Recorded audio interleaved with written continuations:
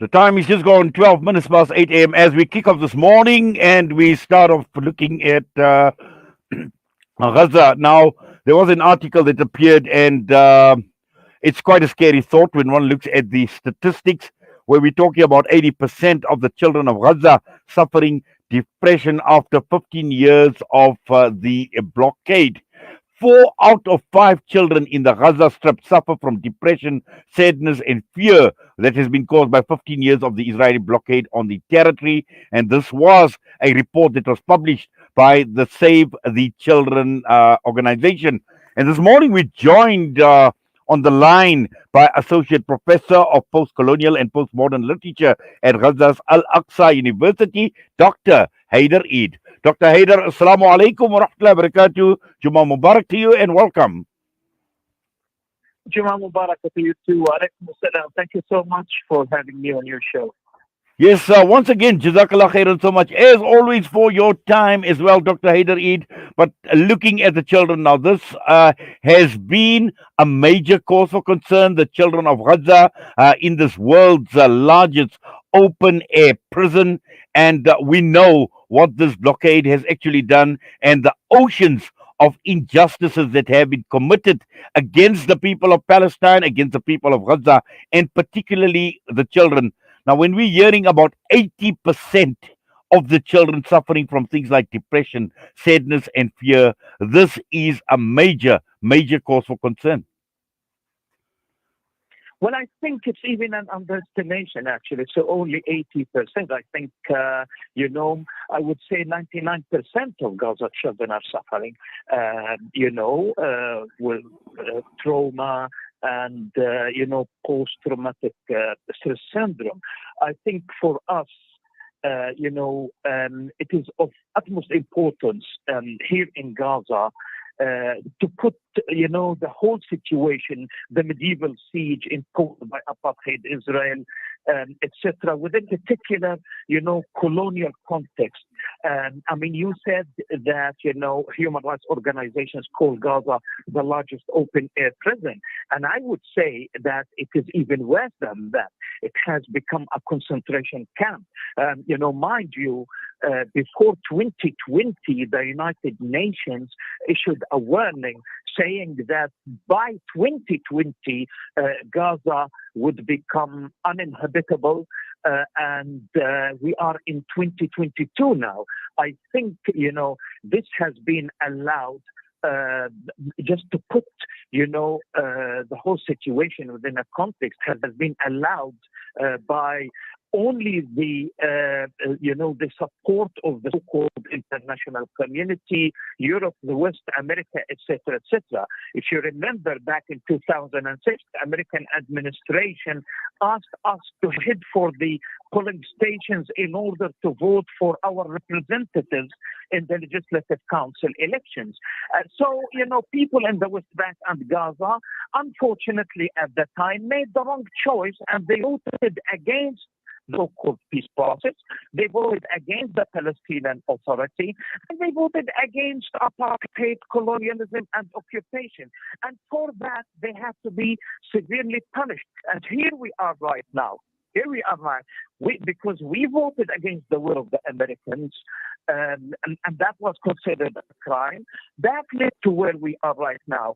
And this is the reason why we are living an unprecedented, deadly blockade that has transformed the Gaza Strip into, as you said, what mainstream human rights organizations call the largest open air prison, and that we call, a concentration camp. And the reason is for acts which we bear no responsibility. The closure of the Gaza Strip, imprisoning more than 2 million people, making them live without a secure supply of water, without, a secure supply of food, electricity, medicines, with almost half of us, even more than half of us being children under the age of 15. So no wonder that we suffer from terrible psychological problems. Because, the last thing I want to say is that, the conclusion that we have reached is that Israel is intent on destroying Gaza because world official bodies and leaders and organizations, including the United Nations, including Security Council, including the European Union, they choose to say and do absolutely nothing. Yes, and also, Dr. Haidar Eid, as I'm sitting in the studio, I'm looking at a picture and I'm looking at these three beautiful Palestinian children, and I'm sure, none of them are even over the age of 5, actually standing outside the home where there are no doors, there are no windows, and these are children who have never ever known life without the blockade. And all the life threatening situations that they've had to face. We've seen so much violence throughout this period, throughout their little lives, and clearly their mental well being is of concern. And just to understand, and sometimes we don't appreciate this, just to understand the trauma that they go through, but also at the same time, as the parents, as adults, as caregivers, to keep these children inspired, to keep them motivated under these conditions. I mean, how does one actually keep these children inspired and try to, even get them out of the situation where they're suffering from these type of mental trauma, depression, and fear? This is a very tough question, I must admit, because I don't know the answer to that question. Because, people are doing their best to entertain their children, to take them to the only outlet that Gaza has, which is, the Mediterranean Sea. We take them to the beaches, etc., etc. But that's not enough. As it's 15 years of blockade, and, you mentioned the blockade, but I mean, I also need to remind your listeners this blockade has been interrupted by 4 genocidal wars. And as if that was not enough, if you remember in 2008, 2019, I mean, Israel launched a massive attack on the Gaza Strip for 22 days, leaving more than 1,200 people, including 400 children, dead. And I need to remind you, Israel deliberately targets children, The same thing happened in 2012, where Israel again launched another massive attack, leaving more than 200 people dead, including more than 40 children.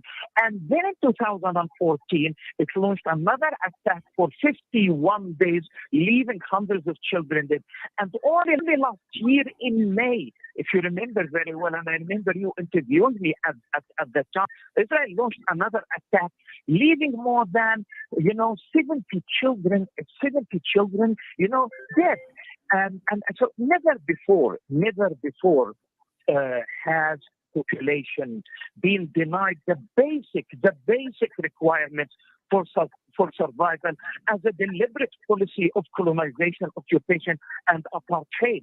You people are victims of apartheid in South Africa. I spent about 6 to 7 years in South Africa. I have spoken to the likes of, Desmond Tutu visited us here in Gaza. I remember, in 2007, and he said, we've never seen something like this, under the heydays of apartheid in South Africa.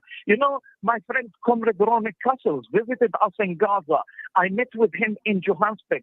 He said, apartheid, and I'm quoting Ronnie Castles. He said, this apartheid was like a picnic compared to what Israel is doing to you guys in Palestine.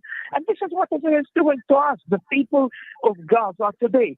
2 million people, including our children, as you said, live without a secure supply of water, food, electricity, medicine. And as I said, almost half of us, being children under the age of 15. But I need to emphasize one thing, my friend. I mean, this has not started, only, 15 years ago. No, it goes back to 1967 when Israel decided to occupy the rest of historic Palestine, the Gaza Strip and the West Bank, including, East Jerusalem. And if you talk to older people, to the next generation, they would take you back to what we call the original sin that we are being blamed for the Nakba in 1948. The mere fact that we, the natives of Palestine, existed, lived in what Zionist Ashkenazis consider their promised land. And this is why we are being punished in Gaza, because 2/3 of the population of the people of Gaza are refugees who are entitled to their right of return to what is called now Israel.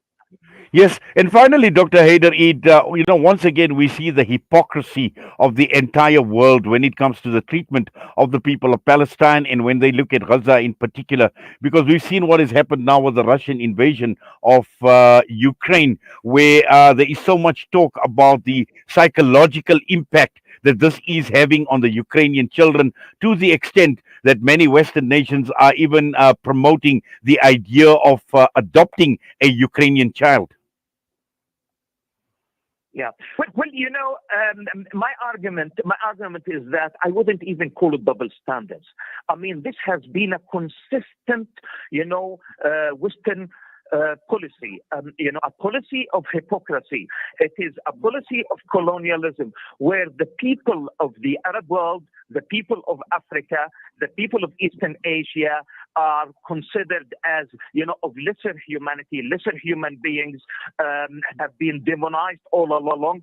And therefore, white Ashkenazi Western Jews have, quote unquote, the right to enslave these people. And I don't think that there is, that we can call it, it is an inconsistent policy. It has been consistent since day one.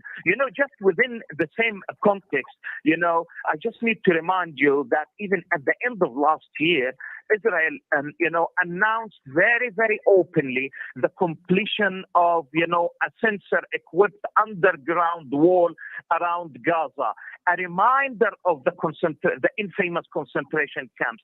And how did the West react to that? I mean, they did absolutely nothing. And it was reported, I remember last year, in December last year, that, that the wall is, more than 6 meters high, and its maritime barrier includes electronic devices to detect infiltration by sea and remote controlled weapon system, etc., etc., etc. Where did that happen? Never. It never happened, whether in South Africa under, the apartheid system, whether even in concentration camps, the Nazi concentration camps, or even the American South. Only in Palestine and the West did not utter a single word condemning these war crimes and crimes against humanity. Well, Dr. Haidar Eid, Jazakallah khairan so much as always for your time. We appreciate you taking time out, talking to us this morning here on Salam Media. We wish you all the best, inshallah. We continue making dua for you. We may continue making dua for our beloved brothers, sisters, and the people, the children of Palestine, inshallah. Assalamu alaikum wa rahmatullahi wa barakatuh. Wa alaikum assalam wa rahmatullah.